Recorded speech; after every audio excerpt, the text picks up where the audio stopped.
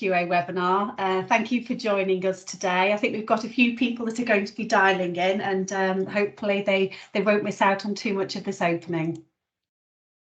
Okay, my name's Helen Lowe, and for those that don't know me, I'm an experienced GVP, GCP and medical information auditor with 20 years experience within industry. I head up the Arriello Auditing and QA independent arm, and I'm here today to facilitate what I hope is a very fruitful discussion on hot topics within the GVP auditing arena. Today I have a great pleasure in introducing our renowned GVP auditors, Nazrul and Michael Ramcharan. I have been lucky enough to work with these two experts over my years in industry, and I'm most fortunate that they are consultants for Arriello today. I'll now hand over to Nazrul for a short introduction. Thank you, Nazrul. Hi, everyone. Thanks, Helen. Hi, everyone. It's a pleasure to meet you all virtually. I thank you, Helen. Thank you to Arriello for inviting me to this webinar. Just a brief introduction from myself, everyone. So my name is Nazrul Khan. I'm a pharmacovigilance auditor. I'm an independent consultant auditor with over 21 years of working within the industry. Much of that, at least more than a decade, has been spent in pharmacovigilance auditing. I also provide and support GCP, GDP, and CSV auditing in relation to pharmacovigilance activities, and I work with a range of sort of clients from large to small pharma, including service providers globally. In terms of my background, it's primarily pharmacovigilance. I've worked within the industry, starting my career within the MHRA and then moving into industry, and now very much so working as an independent consultant. Thanks, Helen. Thanks, Naz, and over to you, Michael. Yes, good morning, good evening, good afternoon, everybody. Thank you for joining today. I'm Michael Ramcharan. I'm based in the UK as well, as Nazrul. I started off in the industry about 1990, involved in quality assurance around sort of the GCP aspects, working for a variety of different CROs and pharmaceutical companies. And then about 2007 moved into pharmacovigilance QA. And since then have been very involved in pharmacovigilance aspects, and again working for different companies and service providers in providing a QA PV service. And about 7.5 years ago moved into consulting. So hopefully have some useful sort of discussion and thoughts to bring to some of the topics that we cover today. So thank you for Arriello for letting me be part of this, and I'll hand back over to you, Helen. Well, thank you both for that introduction. So now on to today's webinar itself. So we took a survey, this was circulated, and we asked you to submit questions of hot topics within GVP that you'd like us to cover today. And from there, the three of us selected 4 of those questions, which you'll see on the screen now, which we will discuss as a panel today. Throughout the webinar, if you look at the top of your screens, you'll have a Q&A button. At any point during the webinar, please submit any questions you may have. There'll be a Q&A session at the end. It's about 10 minutes, and we'll select some of the top questions from there to also cover today. So moving on to our first question, expectations regarding vendor management systems. So I'll start with Naz. It's a really interesting topic and one that, you know, I'm really keen to talk about as well. And so Naz, over to you. Thanks, Helen. Okay, so I think with regards to the expectations of quality system requirements within the vendor world, within the outsourcing world, I have a couple of points I want to share with you and obviously bring for discussion during this forum. I think firstly, starting off with, it's really important to recognize where the expectations are drawn from. So when you look at the EMA GVP modules, specifically GVP Module 1, which really sets out the quality system requirements for the MAH and for the regulatory authorities.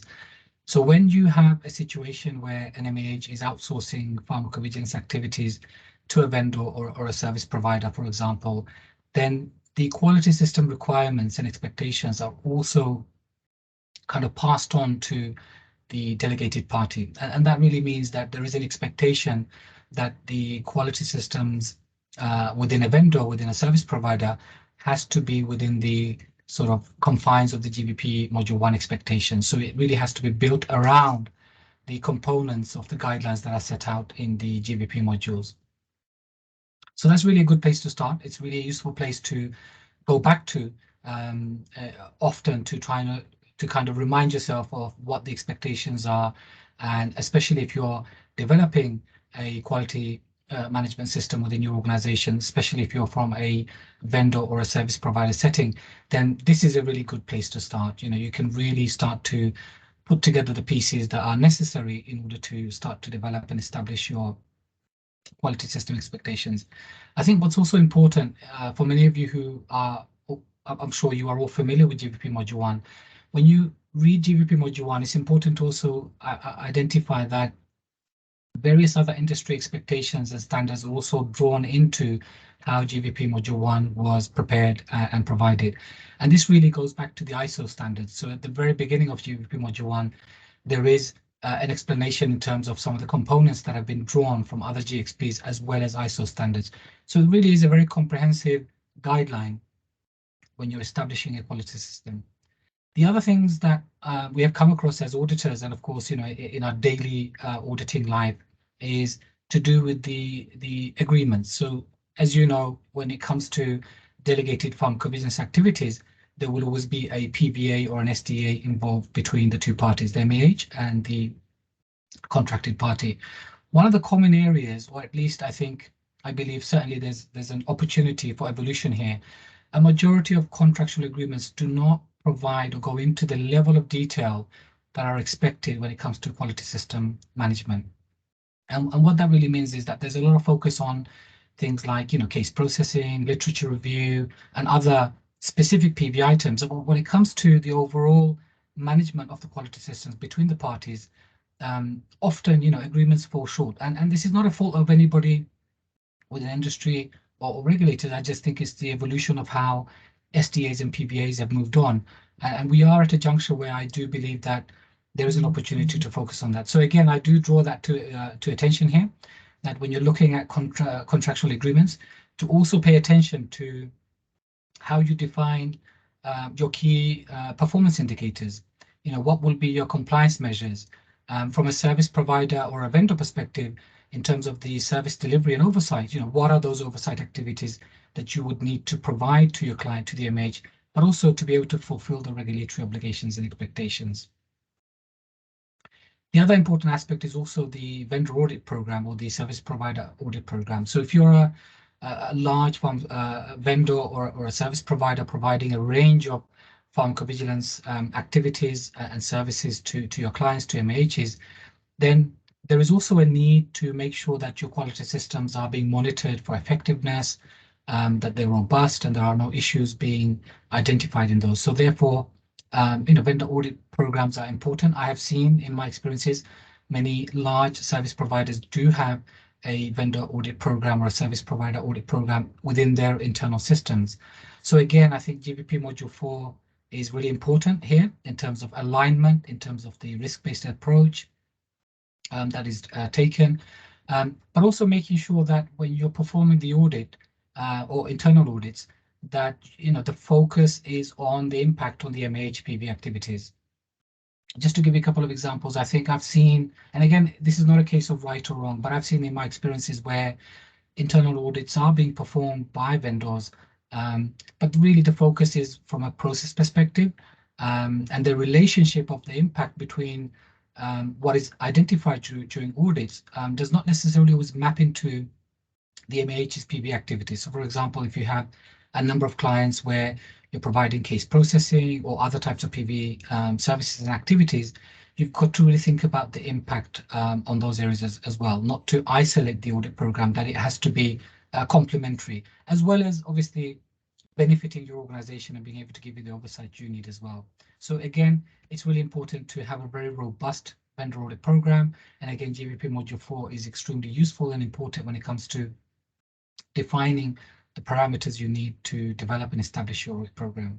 A couple of other items just to kind of bring to the discussion here is about things like changes and mergers or acquisitions that can happen within your organization. So again, it can happen. Vendor service providers can acquire or be acquired by other organizations, and it has happened certainly over the last decade.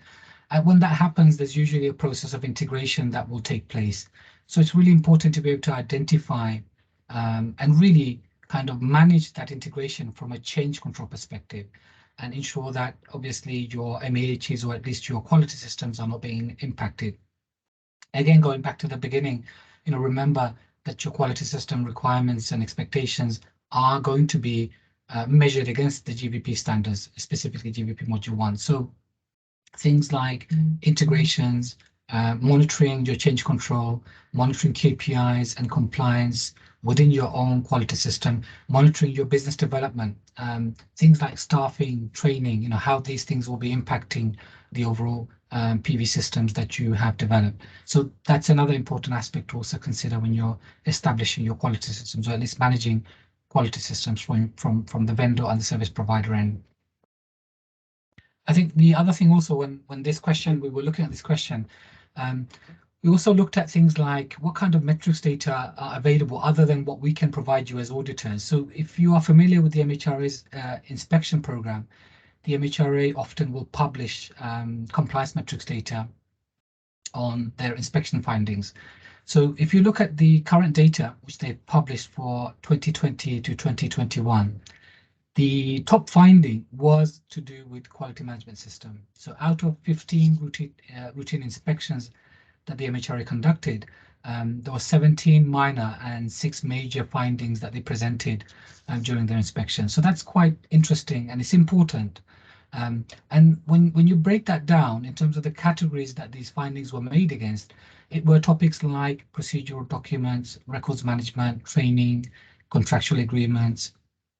Audits and deviations were also part of that category, including capital management, oversight governance, performance monitoring. So again, KPIs and compliance, including the role of the QPPV. And also there were findings associated with the use of information technology, such as systems and applications. So that's really interesting that obviously even to this day, from at least the MHRA's inspection metrics perspective, it is still one of the most common findings. And certainly as an auditor, where we perform a large number of audits throughout the year, it is also, I can confirm that from my experience, it is also one of the most common areas where gaps or deficiencies are identified during audits. So I think in order to kind of summarize this topic, it's really important to go back to the GVPs. I've already discussed about GVP Module 1, but also to try and introduce you more to GVP Module 2. So GVP Module 2 is about the Pharmacovigilance System Master File, and there's no reason why vendors and service providers cannot draw examples and guidelines from that specific module, where it's really providing that additional information about the kind of information and quality system descriptions that the regulatory authorities are looking for. So again, don't just rely on GVP Module 1. I think Module 2 also has a lot of useful information that can help organizations in establishing and monitoring their quality system. And then, of course, as I've mentioned earlier, GVP Module 4 when it comes to auditing and managing your audit program. So I suppose in summary, I hope that's useful information and gives you some food for thought. Helen, I'll hand it back to you. I don't know if you've got any questions, or Michael, if you want to add to that.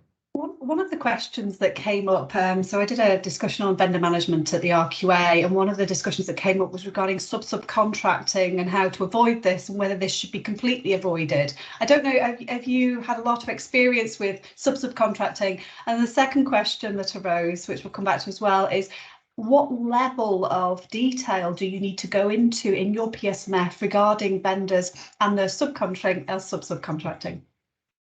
Yes. Michael or Naz, I don't mind who picks that one up. Mm-hmm. Go ahead, Michael. I've spoken for a bit, so you go ahead and then I'll jump in. Well, yeah, I mean, so if I understand you correctly, Helen, you were talking about subcontracting and then subcontracting. Yes, that's correct. Yeah.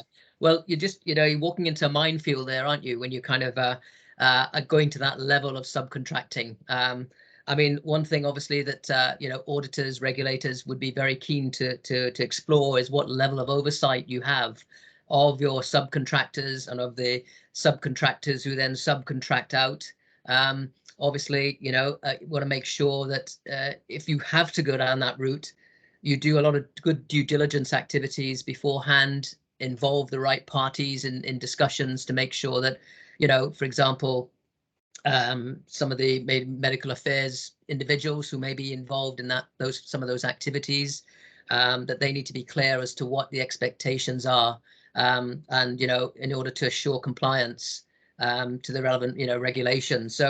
So if it is a route you have to go down, I mean, it may be unavoidable. Ideally, you want to keep it as probably as, you know, as straightforward and high level as you can. But then, as I say, it gets very complicated, and having that oversight is where we find there are deficiencies. So, you know, some companies leave it very much up to their subcontractors, to who then subcontract out to make sure that things are happening. But in fact, if they don't do it properly, then of course you have that ultimate responsibility, and you're the ones that can, you know, will get pinned down by the inspectors, as it were. So it's yeah, that's sort of my initial thoughts on it, but I'm sure Naz can expand on that.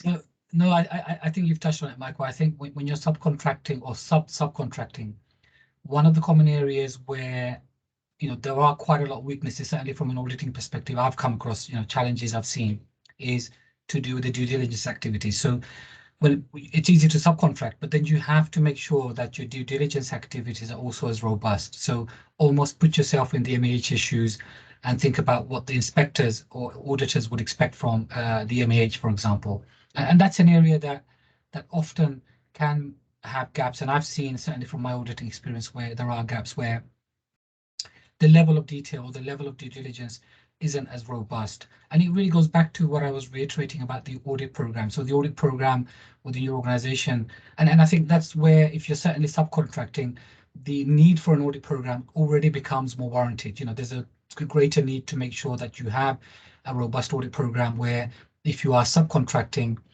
further activities, then you've got to maintain compliance, overview, and oversight. And also, I think, you know, making sure contractual agreements are very, very clear in regards to the activities that are being delegated, and then obviously monitoring them for compliance, performance, and any expectations. And again, remember, if by contracting to a service provider, the quality system requirements are being passed on from a GPP perspective, think about it from the perspective that if you're then subcontracting, that equally passes on. So it does become a bit more complicated, but then you have to remember, when you're going into that route, you know, the expectations that you have of your quality system, you have to employ the same level of expectation, the same level of rigor, documentation have to also be in place for subcontracting as well.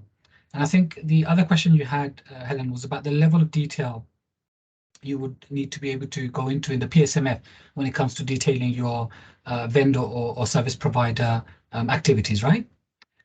So I think on that regard, again, you know, I'll start the other way around. When we're auditing, often we do find that once an audit of a service provider vendor has taken place, the audits will usually provide some feedback to say these SOPs were not included in the PSMF, or that particular activity was not described, or there was a subcontracting taking place, meaning that further along the line, it is still an MAH's activity that was being contracted by another third party. So I think this is where it's really important to make sure that the contractual agreement that you have is really, really detailed and robust. And I think that's where, in the majority of the cases, it falls short. And as a result, the level of description becomes quite hazy, and it's quite subjective as to what level of detail goes in there. Some companies do provide a lot of detail in the PSMF, some not as much. So I think I would certainly say, look, you know, go back to the contractual agreement, think about the specific activities,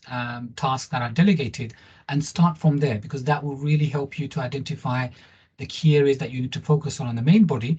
And then in the annexes, the level of detail you would need to extract from your service provider to be able to include in your PSMF, essentially. Excellent. So Sandra, we have to move on to question 2, because I think I could talk about vendor management for an hour as a total. But the next question as well is a fascinating question. And this is auditing automation within pharmacovigilance. So Michael, am I becoming a dinosaur? The fact that, you know, I wasn't born in the next generation? No, I think we're all getting dinosaurs, actually, if we don't evolve. Yeah, I mean, automation. I think we've all heard so much about this particular topic. I think as we get much more data coming in, in terms of safety information, there are more sort of digital health networks. There's social media. And in fact, the pandemic, I think, sort of drove a lot of more sort of telehealth applications and digital health. So a lot of these systems are evolving now, and really that's driving a lot of the automation activities. I think also in terms of opportunities within this whole sort of automation space, there are opportunities for work to be simplified to a certain extent. Opportunities for new capabilities within roles of individuals to move more towards, I guess, data analysis and interpretation of data, and probably automate more of the sort of more mundane day-to-day tasks. But with that, of course, we need to make sure that a lot of these tools that are being used are appropriate and fit for purpose. So within that, we need to start looking at how these tools are being designed and developed, tested, validated, and how the general maintenance of these tools is happening, really. So it's an area that I think a lot more individuals are going to get involved with. On that basis, there may be a need for more interaction across functions. So, for example, with the IT functions, pharmacovigilance staff, QA staff, getting more involved in these sort of areas to make sure that these tools are doing what they're supposed to be doing, and there's adequate validity of that activity.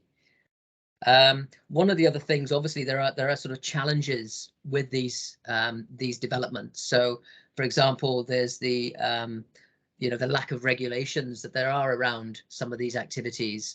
A lot of the expectations around sort of obviously the computer system validation, which in itself probably needs to move and evolve as this technology evolves. There's also the ethical aspects as well of some of this activity and some of the data being created. And then there's, of course, an acceptance. So really, the regulators, healthcare practitioners, patients have got to have some level of faith in this particular area and how their information is being analysed in order to improve health and to improve patient safety. And of course, some of the pitfalls lie within sort of cybersecurity that we hear a lot about today. So if we're moving towards more of these automated systems and tools, we need to make sure that they are secure and there's no opportunity for them to be tampered with and abused, as it were, in any way. The other areas, of course, is around the regulators and how they perceive the development of these tools. And some regulators are themselves beginning to use artificial intelligence to analyze a lot of information. I am aware, I think, of the Dutch authorities who have looked at a pilot study of identifying ICSRs that may require further sort of clinical assessment, and have run a sort of a program looking at how that could be done. And again, so it's interesting to see that they are also exploring artificial intelligence tools and activities to also assess cases. And also in terms of the other side of the fence, as it were, data being able to be produced to potentially predict adverse events. So being able to probably help healthcare practitioners to identify specific events that some patients may be more susceptible to. So not only analysing the data coming in, but also using it in some way to sort of provide data, to various healthcare practitioners. So lots of opportunities, I think, with the automation of data. But with that, obviously, there needs to be adequate thoughts around the security, the quality of the data, and also, as I say, very much around how that information is going to be used. So lots of opportunities within that space. I think, you know, as things evolve, there are further opportunities to look at the whole pharmacovigilance process, and even sort of look at ways to take those steps forward and make it much more of an intelligent process. You know, we hear a lot about machine learning. So again, that's something that's within the artificial intelligence space. There's machine learning, which is a bit of a further sort of core to that. And again, companies are looking at how they can make machines more intelligent. Hopefully, then there, as I say, there's different roles for pharmacovigilance specialists to move into. And I think at the end of the day, you know, losing the human element is probably a dangerous road to go down. But so we think we still need that. But hopefully we can use these automated activities to help us more going forward. I agree with all the positivity regarding automation. I think that one thing I would bring up is though how it changes auditing. It really does. So from my experience, when you go to a very automated, larger MAH system, it's a lot harder to know what documents and how to review specific items. I'd really like to know, Naz, maybe your opinion on that. Have you come across that much with larger pharma where automation is more prevalent? On mute. You're on mute. Is it? I'm sorry, everyone. That's I'm sorry, okay. I didn't realize. Automation, right? Yeah. Yeah. So I think just kind of adding on to what Michael's already said, you know, automation is here to stay. We're going to see more automation. We see it in our daily lives. So why wouldn't we see it in our business life? I think when it comes to auditing, Helen, and the questions you've asked, I have certainly this year and last year, especially over the global pandemic, you know, where we've done a lot more of sort of, you know, remote-based activities.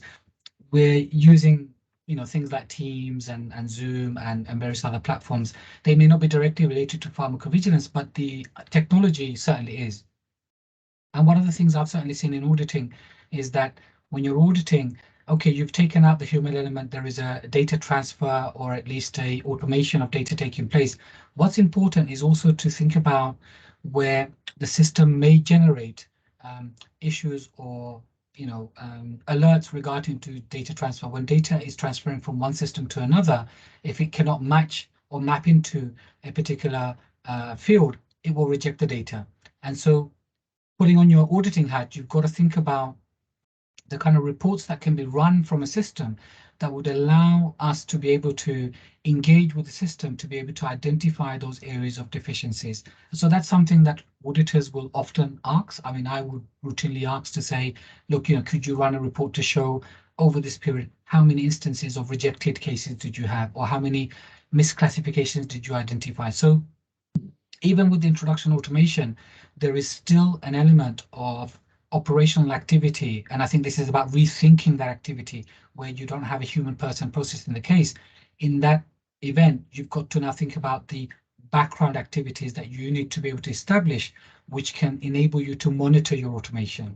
And that's the key. You need to, you know, auditors, inspectors will want to be able to see that you can demonstrate that you have the ability to monitor, that you are able to identify instances where automation has failed, and more importantly, that you can trend that data to then link it back to your validation activities to be able to kind of say whether that validation was appropriate.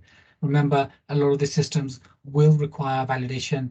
Validation will not guarantee that the system is completely, you know, 100% running fine without any issues. There will still be issues because of scenarios that may not have been taken into consideration during validation. So really, this is one of the reasons why you will have to also consider monitoring and being able to run reports that can give you that data on what the outcome of the automation is. That's brilliant. Thanks, Naz. We'll move on to the next question due to time again, rather than lack of discussion in here. I think we could go on for a while. However, prior to moving on to this next question, I would just like to say for people that joined this webinar a little bit later, please note that there is a Q&A button at the top of your screen, and please do submit questions as we're talking, because the Q&A session will be at the end, so you'll have had to have submitted before we get to the Q&A session. Thank you. Okay, so going on to the third question, which is how to best align the CCDS with the SmPC. And Naz is going to take this one as a summary, please, Naz. Okay, thanks, Helen, again. I have noticed, Helen, there was a question, I think I can see it. The question is about, are we meant to be seeing slides for the current discussion? So I think, yes, as me and Michael are discussing these topics, we're not using any slides. So just to let everybody know on the call that the only slide you're seeing is the 4 bullet points, the questions that we're going through. So from our perspective, we're not using any slides during this webinar. It's very much, free flow information that we're sharing with you, focusing on key points of interest, really. Okay, so hopefully that answers your question. But to move on to the third item, so how best to align the CCDS versus the SmPC. This is a very, very interesting topic. It is one of the larger topics and has a lot more of an impact from a regulatory perspective, but also from a patient safety perspective as well. So when you're auditing, the CCDS or the SmPC process, you've got to make sure that you can map or at least understand your organization's end-to-end process.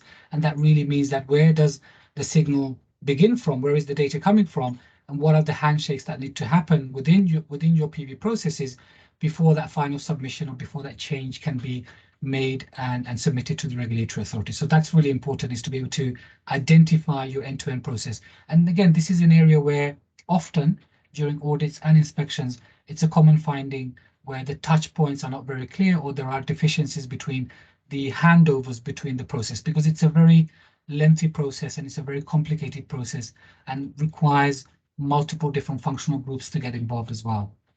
The other thing also to consider is also making sure that, when you're auditing, and to also, if your systems are very large or depending on your product portfolio, you may want to also consider auditing your regulatory affairs organization independently. So you have pharmacovigilance audits, but you also take into consideration regulatory affairs audits, which will look at the regulatory processes for once the CCDS change has taken place, how does that CCDS move into the SmPC or the reference safety information, and then how that is submitted, because you've got to bear in mind there is the dossier preparation. There may be different types of submissions depending on the regulatory authority requirements and expectations, and these things will involve service providers, vendors, specific technical organizations who may be involved in publishing and putting together the electronic technical document, the ECTD. Also, the other thing to consider is safety variations that happen within the European Union from a GVP perspective, and also the rest of the world. One of the common areas, or one of the common things you will find, especially if you're a global pharmaceutical company, meaning that you have products in the US and the EU, but also you have marketing authorizations in other parts of the world, that a lot of the times your ex-EU countries may be using a European country as a reference country, and that will also complicate your process, because until a European approval has been obtained of the reference safety information, you will not be able to submit outside of the European Union, because you need to provide them the reference safety, let's say from the UK or from France or from Germany, as an example. So again, that's another part of the process that you really need to think about when you're auditing this process as well. Ex-EU countries also can be complicated in the sense that the submission process could be longer.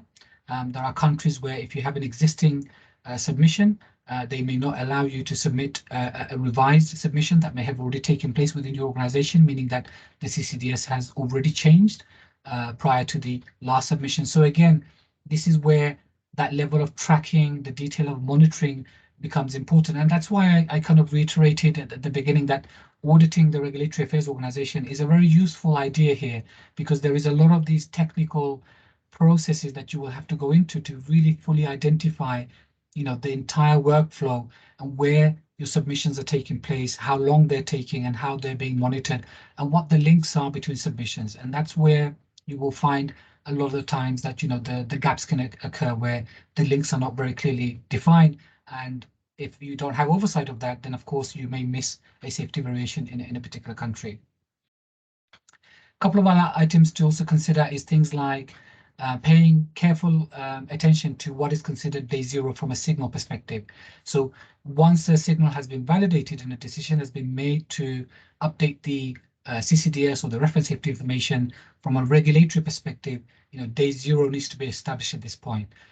Up to the point where the CCDS may be updated from a technical document perspective, sometimes that date can be muddled up. And I've often seen that day zero is not correct. And therefore, when you recalculate your submission, you find that submissions were late. And this is something that inspectors often also pick up as well. So again, really mapping that process, making sure your timelines are very clear from your internal processes, as well as the regulatory expectations and requirements as well.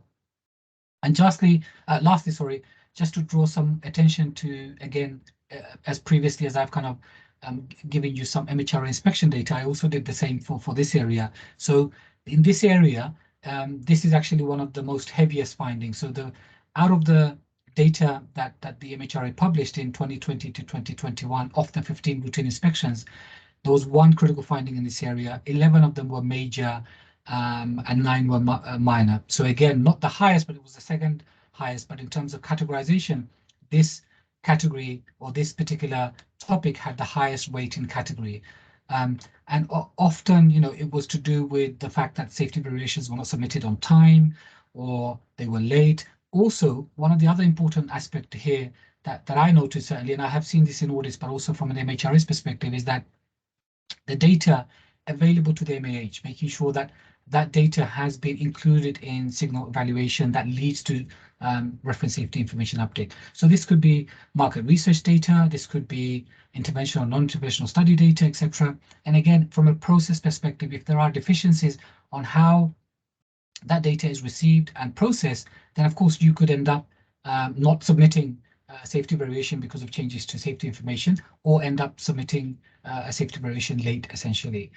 So again, these are the things that you should be considered and factored into when you're performing these types of audits, or at least when you're developing these types of systems.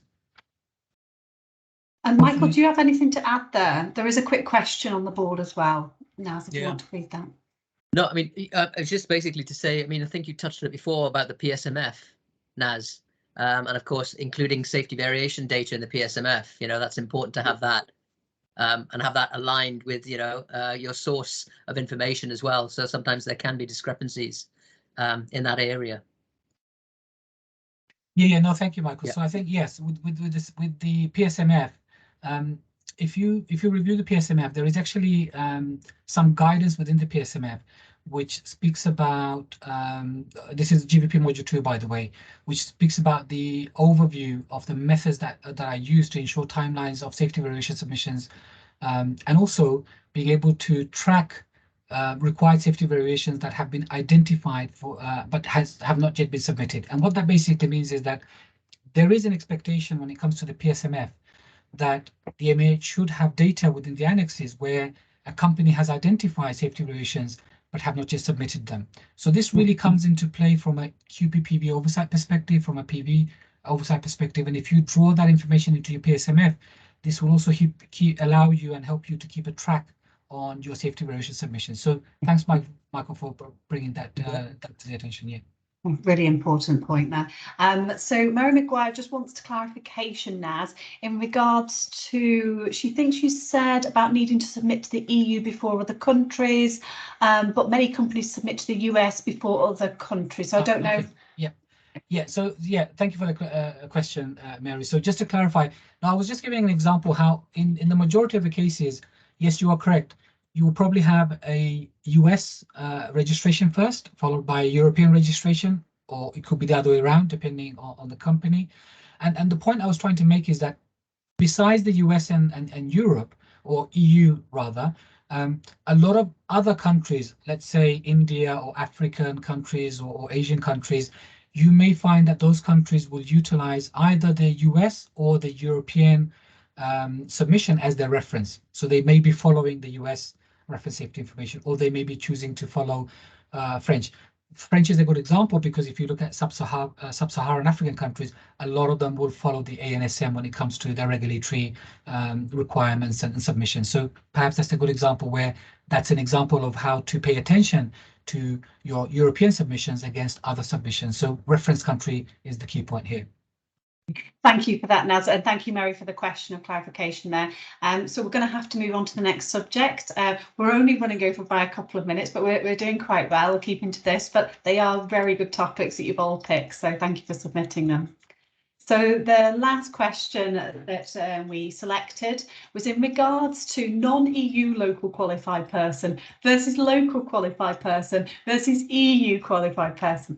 So I think with this one, very much, it was difficult to know what the person submitting this question really wanted, but we thought we'd have a general conversation in regards to these different roles. So over to Michael.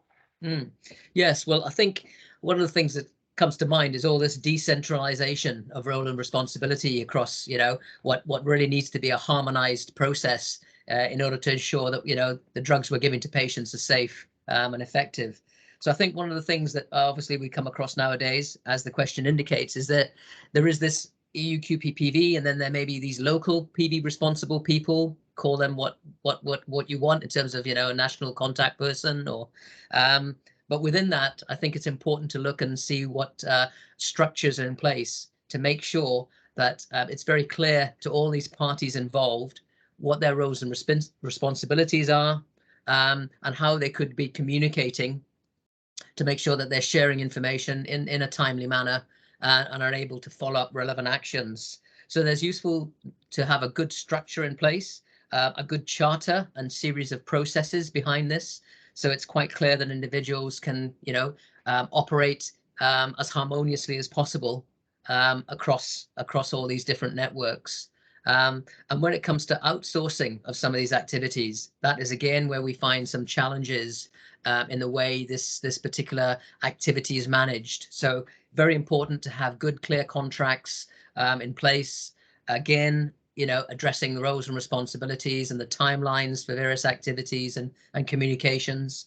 So again, the contractual aspects need to be, pretty tight. And then also in terms of training. So again, some of the pitfalls lie with training across these networks. So making sure each person is adequately trained in terms of what the company expects, that if it's contracted out, and even within the company, that they have adequate training, and all this is being tracked, and there's evidence of this training. So that's often sometimes areas where we find there are weaknesses. And also in terms of the staff turnover. So dealing with various different subcontractors across different parts of the world, turnover does vary. And again, it's important to have in place processes so that if staff do leave for whatever reason, there's an adequate handover process, and that this is well documented. So the individual taking on the role has got good information in order to go forward, know where the issues are, what needs to be picked up in a timely manner, etc. So important to have those in place. And sort of touching on from that is around sort of the local requirements, local laws, local employment laws. Can't even say it, but yeah, knowing that they're in place, what the expectations are at the local level. So and having good awareness, so that if changes are to occur, you're complying with the local human resources sort of requirements, but still being able to comply with the regulations, the pharmacovigilance regulations. So I think a lot of activity around making sure that this process is managed as best as possible. The benefit, of course, of having people at the local level is that they should be in tune with the regulatory intelligence at the local level. They should be able to tap into the different sources of information, and really make sure that the company's global level and overall the company then is able to fulfill its obligations at the local level. So, and again, that's where the communication is very key, to make sure that there are regular communications, regular sort of escalation should that need to happen. And then what impact those changes have on company processes and procedures as well. So very, very sort of complex area, but having that oversight, that structure in place is very key, and will solve a lot of headaches if that is right. as you say, when they're building a house, if you've got a good structure in place, then the rest of it should be able to manage appropriately and last a long time. So with this as well, that's important to have that in place. So that's my thoughts on these areas. Any other comments from Naz, from Helen? One of the things that I've come across that is a bit contradictory is contract versus HR laws in specific countries. And I'd like to highlight that to all the people that listen. Just make sure that the HR laws in the country are in line with your contracts that you've got in place. And where they're not, very much consider a backup plan to what would happen if that individual was to leave the organisation. So it's a little tip from me. Naz, over to you. Thanks, Helen. I think just to touch on that, I think what the other item kind of connected to what Michael and what you've just said is also that transition and handover. That's really important. So if it's to do with the local law, if you change your service provider from a QPPV perspective or a local PV responsible perspective, it's really important to make sure that the handover process and the transition process is very clear and very clearly documented. This is unfortunately a common area where a lot of deficiencies are found. This is not to say that people don't hand over, but it's loose. It's sort of, oh, we had a meeting and bullets were identified at the meeting. And when you look at that, there's not really a handover from a PV perspective of the real matters and the issues. So I think it's really important to pay attention to this process and make sure that the backup procedure for the QPPV or the local PV person, including the handover activities, are very robust, so that if you face those challenges of local law, local HR laws, etc., or changes and transfers, you don't lose that knowledge and expertise and experience. And I think the other point that Michael touched upon is regulatory intelligence. It's extremely important here because a lot of the times when it comes to regulation, we all know how hard it is to make interpretation. You could read something one way and I could read it completely different. And this is where these roles are extremely important in being able to make that interpretation and make sure that these interpretations are documented. So when you're faced with an audit or a regulatory inspection, that you have a very informed and a sound interpretation of your legislation, even if you're wrong. But if you can justify why you drew that conclusion, then that's a very different conversation you'll have with an auditor or an inspector. Thanks. Yep. Again, very interesting topic, and we hope that was useful to everyone on the call, and we hope we covered it in the way that the person that submitted it wanted us to. So questions and answers. So we have a few questions here, and there are two that I'm going to select. One question is, I'd like to ask you for the e-signature for PV documents. I've seen this question a few times actually. Are there any particular requirements from inspectors, competent authority or regulators, or is this something to be established by the MAH internally? And tools such as DocuSign, OneSpan or Accubat, are these allowed? Naz, you're nodding, so you've had this question too. It's an interesting one because, again, as ancient and archaic the FDA Part 11 CFR might be, that's really where you see that black and white requirement when it comes to electronic records and electronic signatures. So in a nutshell, what that basically means is that when you're having electronic or digitalized signatures, there has to be controls, and the control is that there, at least at a minimum, there has to be a twofold verification, meaning, I'll give you an example. If you are logging into your work computer and using your Windows, username and password, that's one attempt of your username and password. The second attempt will be that once you're inside your working environment, let's say you've opened up a PDF document and you're signing it, and it requires you to sign again, that's a second layer of authentication. So at a minimum, those are the two levels of authentication that the regulators are expecting. I think what we're seeing these days with DocuSign, Adobe and various other applications, they're of course recognizing the need, and I think the legislative recognition is also there. I have come across a couple of examples where when you look at the background of DocuSign and some of these types of, even I think Box and Dropbox also has these features, they've started to adopt a lot of these ISO standards when it comes to data conventions and data security. So as long as your organization is using a platform which either is accredited against regulatory GxP requirements or industry ISO standard, for example, SOC 1 and SOC 2, these are very computer terms when it comes to system security, then there is a degree of assurance that obviously those signatures are authentic. So I don't see a problem with using them, but what you will have to do is, of course, be able to confirm and verify that you're using a platform which is complying in the background to either a regulatory standard or at least a common industry standard such as ISO information security standards. So therefore, you're saying sometimes it's acceptable if you can document the rationale. You have to, and I think it's very easy. I mean, I could take a PDF document and electronically sign it, and you won't know the better unless you have a little bit of technical knowledge. So the benefits of a validated electronic signature is that you will be able to validate the signature on the document. So the document will speak online, especially these days because everything is cloud-based. It will come back and verify and say, actually, this was signed and authenticated by the person's name that you see on the signature. Whereas if I was to send you a cut and paste or something that I did on an Adobe document, and you double click that signature, you were not able to get that validation, then that means obviously that signature cannot be verified, meaning that you do not know for certain whether it was me or somebody else used my copy paste. So I think that's where you have to go. But with applications like DocuSign and Adobe, they are extremely large organizations. They're being adopted very widely.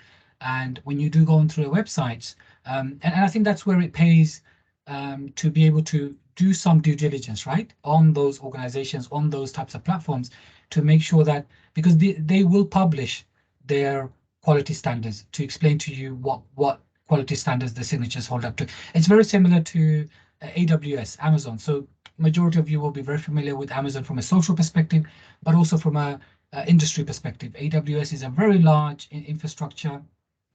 If you go into the Amazon websites, they publish all of their SOC reports. They have their standards and security standards, GDPR standards, etc. So a majority of these organizations, by virtue of who they're working with, for example, us within the industry, they are beginning to become more familiar with our expectations. And so therefore they are being accepted and adopted. But I think, again, if you're not very tech savvy, just go back to the basics of US FDA CFR Part 11, which is simply saying, look, if you're going to have an electronic signature, there needs to be at least twofold verification.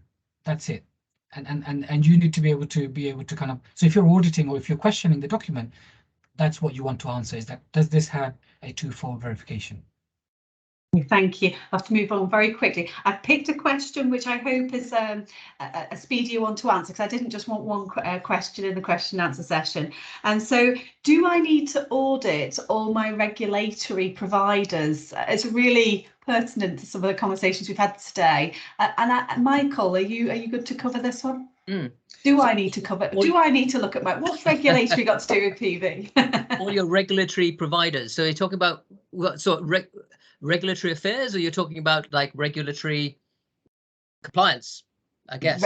Well, I'll assume it's all the vendors who are involved in activities that need to comply with the regulation. So from that perspective, I think you need to have some sort of approach to it, some sort of and of course risk management is what it's all about. So you need to sort of risk assess your vendors, and by that I mean, you need to have a formal process in place so that you can identify criteria relating to your service providers, and how you would rank that in terms of things like, the impact that may have on your processes or the regulations, the likelihood of that happening. So putting together a risk management tool to assess your vendors is a good way to start off.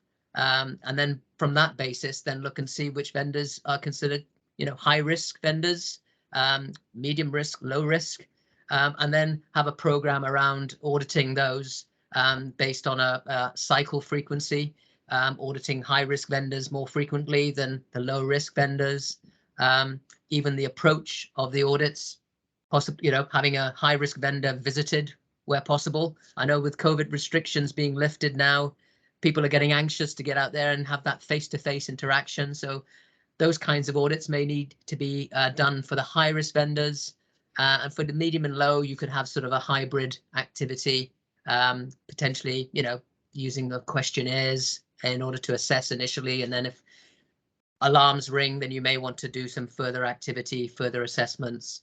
But I think taking that approach is probably the most sensible way to do it. Again, it depends on the size of company. You know, if you're a massive company with lots of vendors, then you can't go out and audit all of them. That might be very, you know, resource intensive. But if you've got one or two, you know, again, it's more, you know, more easy to go and audit them. But I think a risk-based approach is probably the most sensible way to tackle that question. But again, Naz, anything to add? Anything I've missed?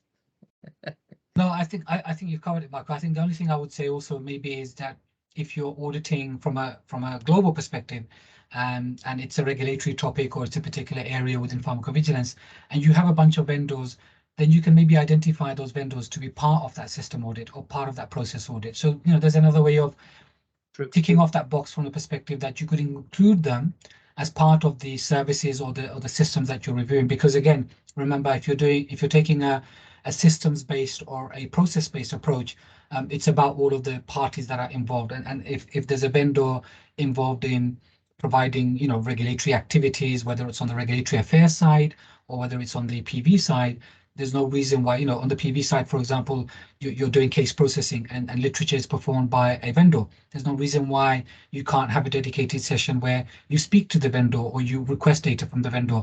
On the other side, if you're looking at regulatory submissions and there are vendors who are doing regulatory publishing or putting together the ECTD, when you talk about that process, you know, plan ahead so that you can maybe have that vendor available in that discussion and also provide documentation and look at what processes are being followed. So that's another thing that you could do in addition to what Michael's already described. Yep. Thanks, guys. I think the panel would all agree that we could spend much more time discussing each of the topics. Thank you very much, everybody. Do keep an eye out for my vendor management article, which will be released this year through our website and social media.